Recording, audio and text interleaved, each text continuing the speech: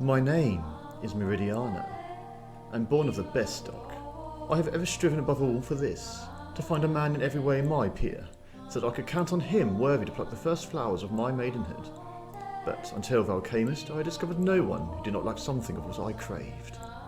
Therefore, as thou pleasest me at every point, do not delay to taste all the joy which God in the highest, thy master and mine, raineth down from heaven upon thee. Unless thou provokest me to just wrath, thou ought to be blessed with all bounty of money and rank. Only, when thou fully blossomest forth once more through my care, thou must repel thy lady disdain, with the same scorn by which she hath made thee wretched. For I know that she will repent, and will turn again to what she once despised, if she have the chance. If she had shrunk from thy love through mere maidenly instinct, her conquest of thee would have redounded to her credit. But this alone was reason for her instant rejection of thee, who, by general opinion, were the most lovable of all her suitors, that she might smile on others without exciting any distrust, thus veiling Aphrodite with the false robe of Minerva. Under the cover of thy repulse, others march on to mastery. Alas! Pallas is driven away, and under the shield lurketh a Gorgon. Thy obvious overthrow have given a shelter to the foulness of a wanton. If thou shalt with proper spirit declare this creature forever unworthy of thy embraces, I shall make thee pre-eminent among all the lofty ones of the earth. Oh, hast thou fearest a cheat, and thou art trying to shun the craft of the succubus demon in me? Footless is his fear, for those whom thou fearest are also on their guard against the tricks of men, and they entrust themselves to no one unless ample security is given. And never do men bring back anything but sin from those demons whom they have deceived. For indeed, as seldom the demons bring success or wealth, these seeming blessings pass away in such futility and vanity that they are of no account, or else they lead to the distress and destruction of the deceiver. But I exact from thee no security, for I have learned to the full the nature of thy sincerity. Nor am I trying to be made secure, but to make thee secure.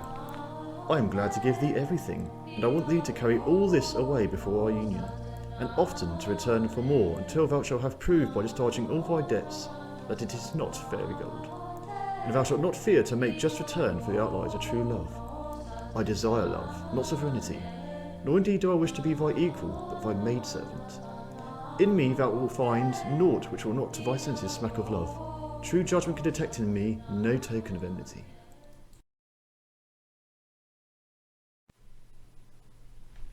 Hello, I am the Succubus Scholar, and today we shall be covering one of the most famous of succubi, the one who aided her suitor to becoming the head of the Christian faith, no less. I am speaking, of course, of Meridiana. But one cannot discuss Meridiana without first discussing the legends around Gerbert, or Pope Sylvester II, the necromancer pope, or the pope who made the deal with the devil. So to start with, I shall cover the tale of Pope Sylvester's rise to the top, but I shall do so by combining two sources. There is a reason for this. The source that specifically mentions Meridiana, a Courtier's Trifles by Walter Map, is actually very brief and does not reveal much about Gerbert's climb to the top via his occultic aid. So I shall recite a collage of the legend taken from both Map's work and William of Malmesbury's equally, if not more famous account of the legend from his own work, Gesta Regum Anglorum, or Chronicles of the Kings of England. Malmesbury's work makes no mention of Meridiana, instead citing a deal being made with the devil directly, but provides a broader tale of Gerbert's ascendancy in the papacy, which I shall link to Meridiana's influence. So, without further ado, I present to you the legend of Meridiana, the succubus who made a pope.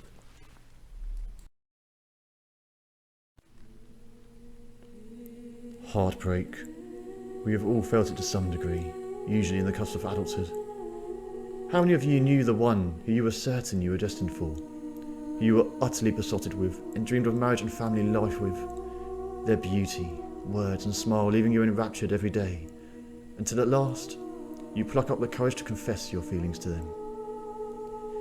And how many of you felt the overwhelming dismay, the sensation of your heart ripping apart, when they reject you and shatter those dreams forever?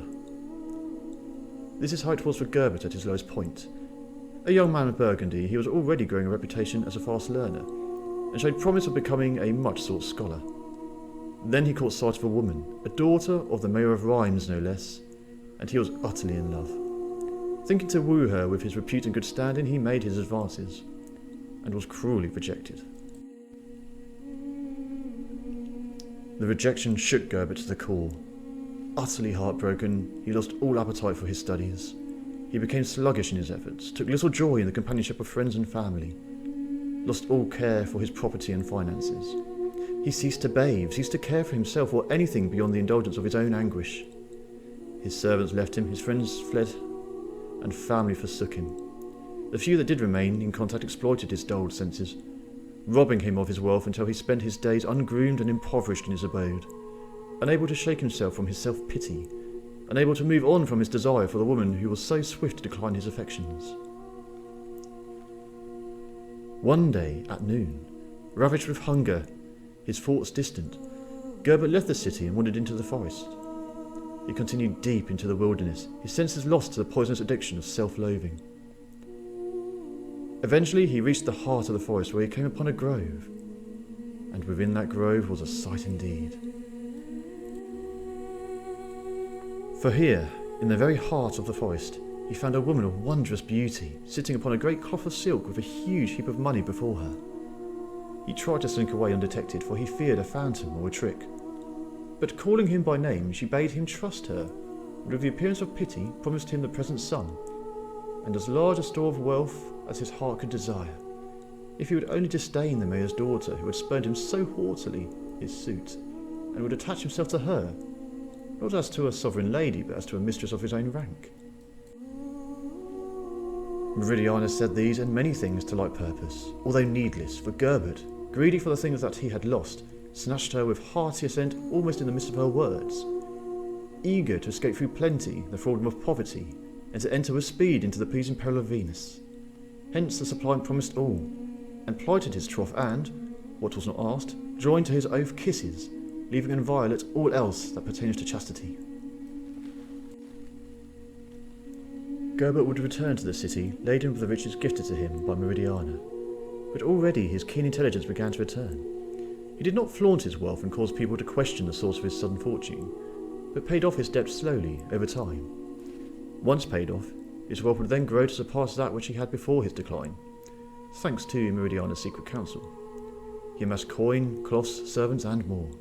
Some saw him as the Solomon of rhymes, but whilst that legendary king had many lovers, Gerbert partook only of one. Each night Meridiana would visit him. An expert in all things of the past, she taught him much whilst they delighted in one another within his bedchamber. During the day, Gerbert would apply this instruction and continue to prosper until he became the most influential man of rhymes. Of course, Gerbert's ever-growing success and wealth would reach the ear of the mayor's daughter, and thinking him now a fine suitor, she sought to gain his affection once again. But when her messages went ignored, the tables became turned. Unused to men rejecting her, it was she who now became obsessed, and was determined to win him over, seeking any opportunity to gain his attention. With every rejection she became more frenzied, whilst also dejected, until at last she was pointed to Gerbert, sleeping under an oak tree. Mad with need for him to desire her, she cast aside her attire and sought to seduce him with urgent kisses. Having earlier partaken of a hearty meal and excellent wine, Gerbert's defences were lowered, and he began to surrender to her embrace. The woman loaded Gerbert with kisses and caresses, and though sparing of words, she bestowed flattering blandishments until he recalled Meridiana in the confusion of shame and with the trepidation of a mighty fear. Wishing ashamedly to escape the amorous girl, he left her with a promise to return, and in the accustomed grove sought at the feet of Meridiana pardon for his fault. She haughtily disdained him for a long time, but finally she demanded and obtained of him homage for security, because he had been found wanting, and he safely continued in her service. The next part of Matt's tale goes straight into Gerbert's rise to the position of Archbishop of Rhymes. But before I go into this, I would expand on this rise in the church by diverging to William of Malmesbury's account. Here it is stated he grew up as a monk in Flory. Perhaps this links with Matt's tale as being the homage or condition of their continued relationship after he was seduced by the mayor's daughter. By entering the ecclesiastical life, he would have to take a vow of celibacy and would be kept away from further temptations of the flesh, save the visitation of his supernatural lover in the depths of night. Such a life would be rather too dull for his taste, however, and he would one day flee to Spain, a country that had become much divided over the years. Gerbert would make his way to the south, where the Saracens still occupied Hispalis, and from then would learn much that was not known to their northern counterparts. He would excel in the trivium and the quadrivium, and became an avid fan of classical literature, in particular the works of Boethius, and excelled in the sciences. He would even go on to introduce the abacus from his time there, but his knowledge would also extend beyond earthly means, and this he would gain by deception. For he resided with one philosopher who acted as his main tutor, and helped him learn much he would never have discovered as a monk in Florey. This Saracen philosopher was keen to help Gerbert progress, and would frequently hold lengthy discussions and grant him access to his many books. But there was one tome that he forbade to Gerbert, one that he would not grant to him no matter how much the young scholar begged or argued. For one who bore such insatiable curiosity as Gerbert did, this was infuriating, and that tome never left his mind. One night, he plied the philosopher with wine, and with the aid of the philosopher's daughter whom he had seduced, he obtained the book and fled into the night. Realising what had occurred, the philosopher attained Gerbert's location by reading the stars and gave chase. The fugitive too, looking back and discovering his danger by means of the same art, hid himself under a wooden bridge which was near at hand, clinging to it and hanging in such a manner as to neither touch earth nor water. In this manner, the eagerness of the pursuer being eluded, he returned home. Gerbert, then quickening his pace, arrived at the sea coast. Here, by his incantations, he called up the devil, and made an agreement with him to be under his dominion forever, if he would defend him from the Saracen, who was again pursuing, and transport him to the opposite coast. This was accordingly done. Just as in Map's tale, Malmesbury would state that Gerbert would be appointed Archbishop of Rheims from his influence, for upon his return he became a professor in various schools, and was acquainted with many learned men of that time. He would also attain many wealthy and privileged men as his pupils. One of these pupils would go on to become King Robert of France, and it would be he that awarded the position to Gerbert when it became vacant. As a result, his church would become filled with many wondrous contraptions born of his genius, such as the mechanical clock. One of the most famous wonders would be the hydraulic organ, where air escaping the heated water through the brass tubes would emit a variety of notes. A delight to the King of France, who had a love of sacred music and would continue to be a great benefactor to Gerbert and his establishment. However, Meridiana's promises were not hollow. In her own words, she claimed she would make Gerbert pre-eminent amongst all the lofty ones of the earth, if he but stays true to her. True he must have stayed, for his rise would continue, for Gerbert had taught another young gifted pupil by the name of Otho, who would go on to become Emperor of Italy, and in gratitude for his tutelage would appoint Gerbert Archbishop of Ravenna, before then making him a Roman pontiff. His wealth would only increase too.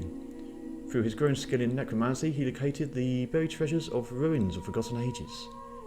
Indeed, Malmesbury recites one such treasure hunting adventure that nearly ended in disaster for Gerbert. There was a statue in the Campus Martius near Rome, I know not whether of brass or iron, having the forefinger of the right hand extended, and on the head was written, "Strike here." The men of former times, supposing this should be understood as if they might find a treasure there, had battered the heartless statue by repeated strokes of a hatchet. But Gerbert convicted them of error by solving the problem in a very different manner. Marking where the shadow of the finger fell at noonday, when the sun was on the meridian, he there placed a post, and at night proceeded thither, attended only by a servant carrying a lantern. The earth, opening by means of his accustomed arts, displayed to them a spacious entrance. They see before them a vast palace with golden walls, golden roofs, everything of gold, golden soldiers amusing themselves, as it were, with golden dice, a king of the same metal, at table with his queen, delicacies set before them, and servants waiting, vessels of great weight and value, where the sculpture surpassed nature herself. In the inmost parts of the mansion, a carbuncle of the first quality, though small in appearance, dispelled the darkness of the night. In the opposite corner stood a boy, holding a bow bent and the arrow drawn to the head, while the exquisite art of everything ravished the eyes of the spectators. There was nothing which might be handled, though it might be seen, for immediately, if anyone stretched forth his hand to touch anything, all these figures appeared to rush forward and repel such presumption.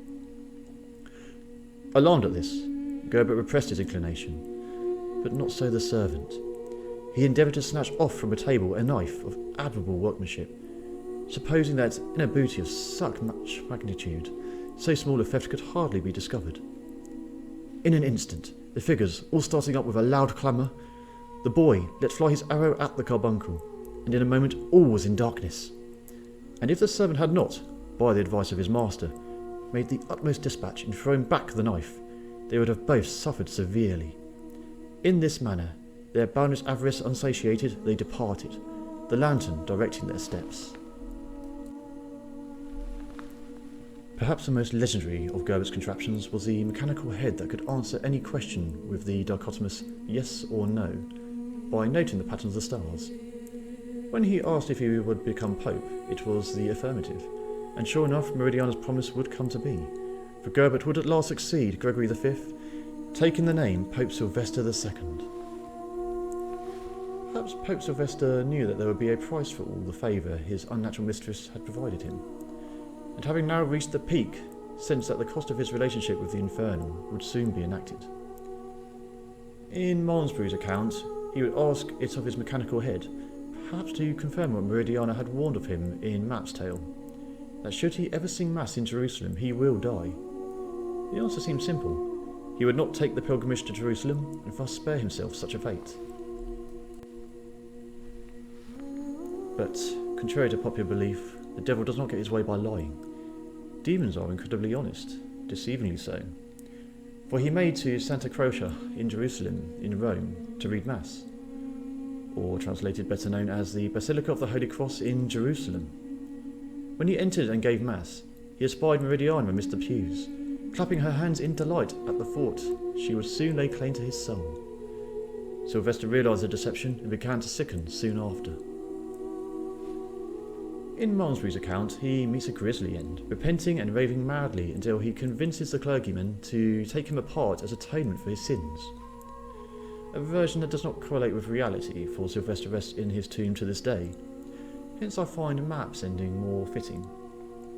As Sylvester sickens and grows weak, he repents and confesses all, as to how he had risen so exceptionally in his religious and scholarly pursuits. During his few remaining days, he used his wealth to perform good deeds, before, at last, passing away. Legend has it, when a noble of Rome is soon to die, his tomb sweats. If the noble is particularly pious, rivulets run, it sweats so. Of course, if the Pope is to die, it is said the tomb is verily a flood. Whether his confession was enough to prevent Meridiana laying claim to his spirit is never stated. Perhaps it was, or perhaps he is serving his sentence with torment in the infernal realms. Or perhaps his perception was mistaken, and he dwells now in those same realms as Meridiana's doting lover. For was that not the only price she demanded of him, when he was but an impoverished, lovesick boy all those years ago?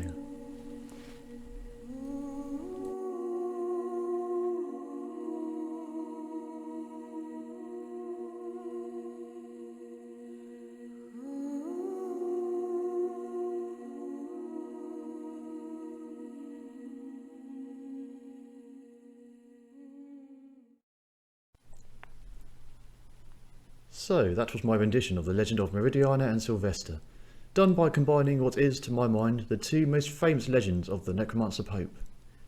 But I should stress, listener, that these are accounts from nearly 100 years after Sylvester's death, and during a time known as the Investiture Controversy, when conflict between the Holy Roman Emperor and the Church arose regarding who could install abbots and bishops. With Pope Sylvester having been installed by Emperor Otto III, there is bound to be some bias.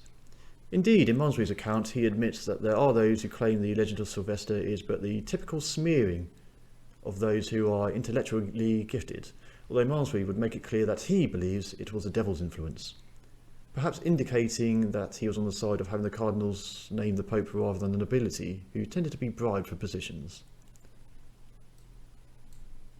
But whether the legends are true or not, all accounts point to Sylvester being truly gifted in the way of mathematics and geometry. He is generally considered to be the one who reintroduced the practices from the Saracens that had been lost to the West, such as the abacus and the use of the Hindu-Arabic numeral system. The legends I just described state Sylvester as working his necromancy by reading the stars. Well, this may derive from some truth, for he is credited with reintroducing the armillary sphere, a tool for reading or tracing celestial objects. He also had a wealth of mathematical and ecclesiastical literature, which he penned for his students. So, be it by his own inherent genius or through supernatural guidance, Sylvester truly did rise to the top. But what of Meridiana? Well, she is a truly fascinating Lilitu. And although Map's version of the legend is short, it reveals much about succubi culture if one is astute. But I would first ask you, listener, did you notice the error when I relayed Meridiana's speech to you at the beginning of the video?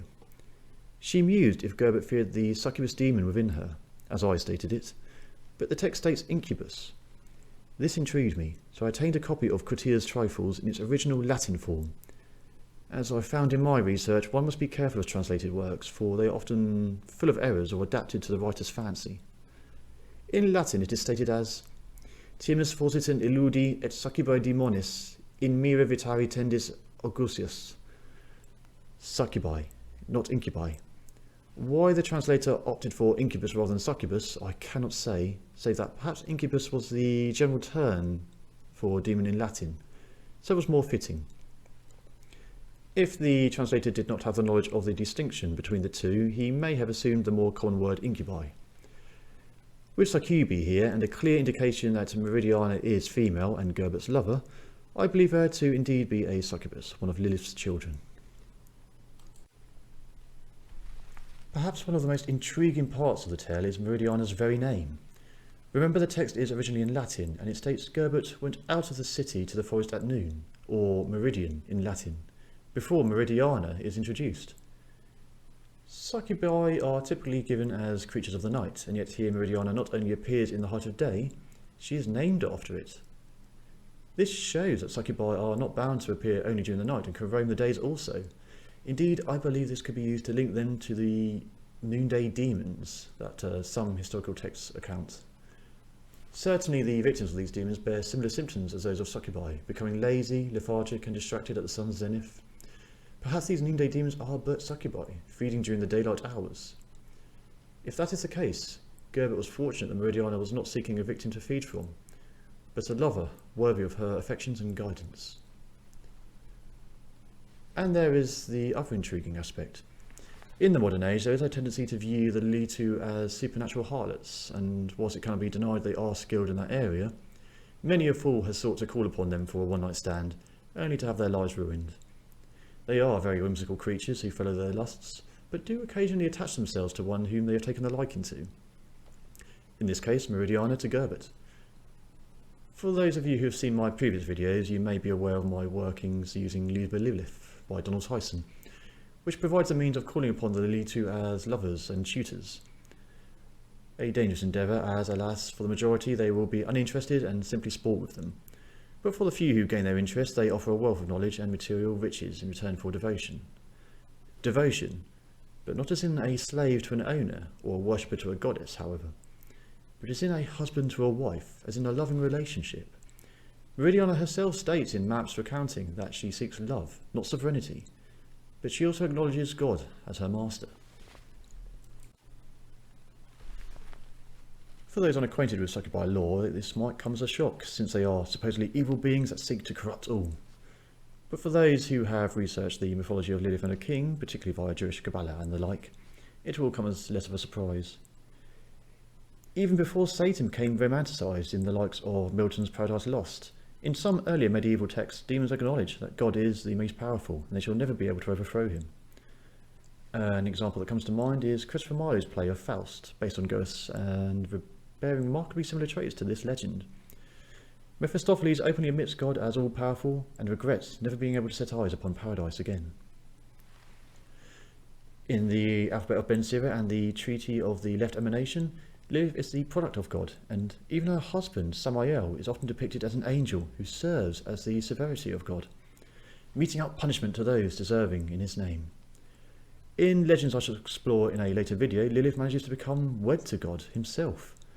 As such, even if they do seek to work harm upon the sons and daughters of Adam and Eve, which is generally out of competition between us and their kind, they do acknowledge God as all-powerful.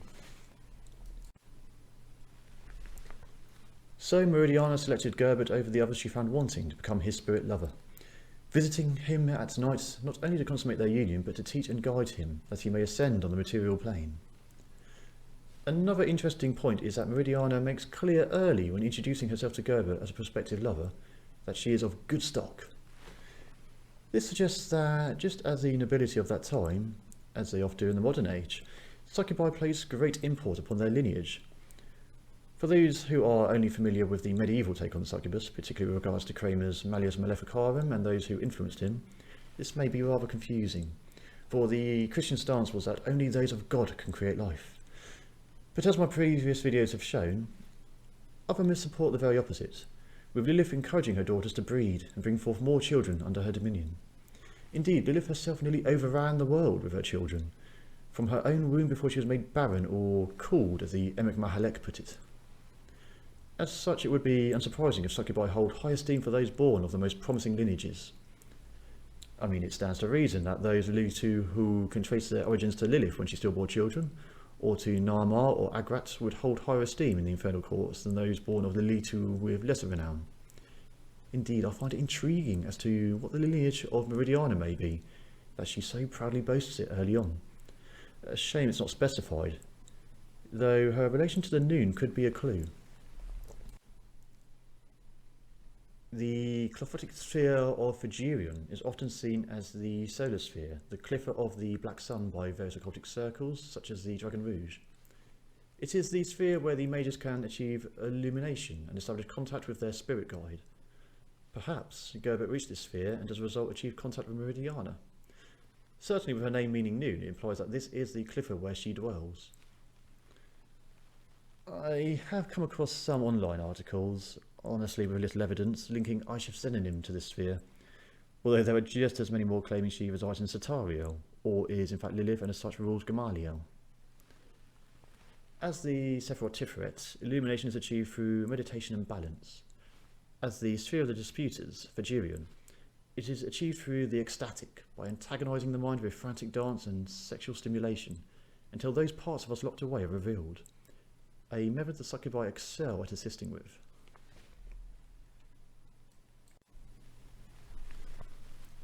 It is also worth noting that Meridiana appears to Gerbert in the depths of the forest, well away from the city where he lives, and frequently comes to him when he is alone at night, which fits with the succubi having a preference to dwell amidst the desolate ruins or out in the wilds, away from crowded places.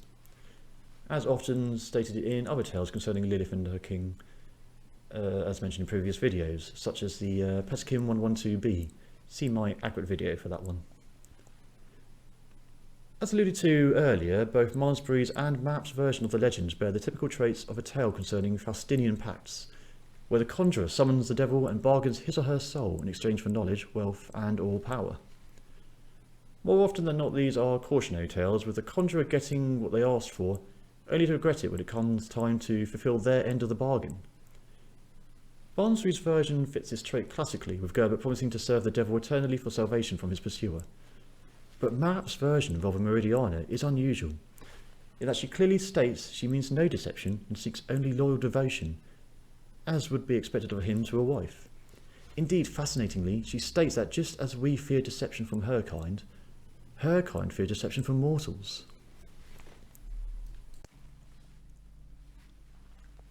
This highlights that just as negative tales concerning the making of pacts with demons abound amongst us, so it does with their kind with regard to us. To them, we are often the deceitful ones of such bargains. Indeed, she suggests that those men who have had a negative conclusion for such deals suffer so because they actually sought to deceive the demon, thus breaking the pact. This to me just shows how evil is a perception. In war, the opposing armies see one another as the evil force to be defeated. And I suppose so it is with this realm and the Clophotic realm. Right. Early in the tale, Gerbert denied breaks the pact after being seduced by the mayor's daughter, as he was warned would occur, but even then Meridiana is, after some convincing, merciful and grants him forgiveness.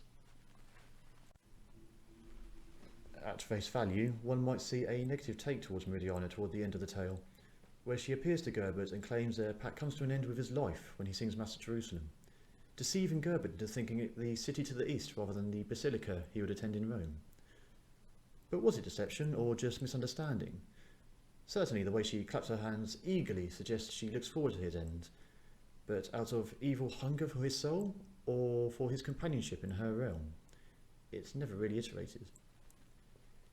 In true Faustinian fashion, Gerbert realises his impending demise and seeks repentance through confession and good deeds. Whether he achieves that upon his death is up to the reader to decide. It is certainly a more romantic take on the Faustinian style tale. Although Courtiers Trifles is Map's only surviving work, it is conjectured he wrote a now lost Arthurian tale involving Lancelot, so such a take might be expected of him. I highly recommend seeking a copy of the translated text and reading the other tales within. Courtiers Trifles bears some of the earliest known vampire stories, and even mentions one Alnodus as the offspring of incubi and succubi, as well as the citing of Geoffrey of Monmouth's work that states the father of Merlin, the Merlin from the Legend of King Arthur, was an incubus. As short as the Sylvester and Meridiana part of his work is, it provides a wealth of information with regards to the perception of succubi in that time and their culture. Meridiana's name, as well as appearing in the day, proves succubi are not shy to fly under the sun. That she highlights she is of good stock suggests they take pride in their bloodlines. And her comments also reveal that just as many of us see them as deceptive and evil, so they are wont to see us in a similar light. Yes, this short tale is invaluable for those seeking further knowledge of these deeply complex creatures, and that Meridiana's name still echoes through time to this day shows our secret fascination with them, as well as their fascination with us.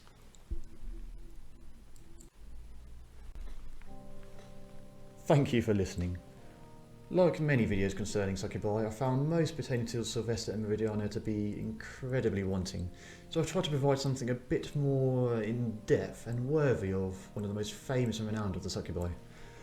I hope that you gained something from this, listener, if only a deeper appreciation of the little beyond the one-dimensional, scantily clad forbidden sex icons mass media tend to portray them as today. I hope to provide another video soon, though I've not fully decided where to focus as yet.